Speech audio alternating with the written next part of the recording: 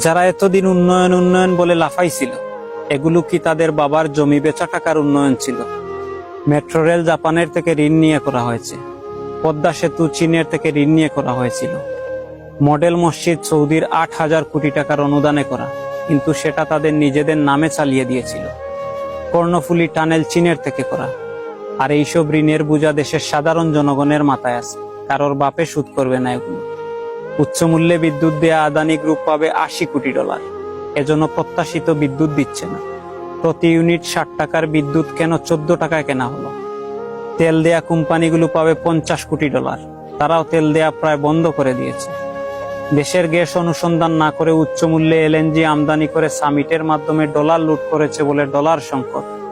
গ্যাসের অভাবে বন্ধ আছে গ্যাস ভিত্তিক বিদ্যুৎ কেন্দ্র।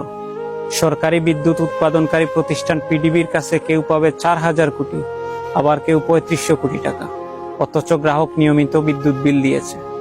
2024-এ এসে যারা জীবনে প্রথমবার এত লোডশেডিং দেখে আফসোস আর কষ্টে মারা যাচ্ছে, তারা এবার বলেন দেখি, আপনারা কারা কারা 10 বছর ধরে বিদ্যুৎ বিল দেন নাই?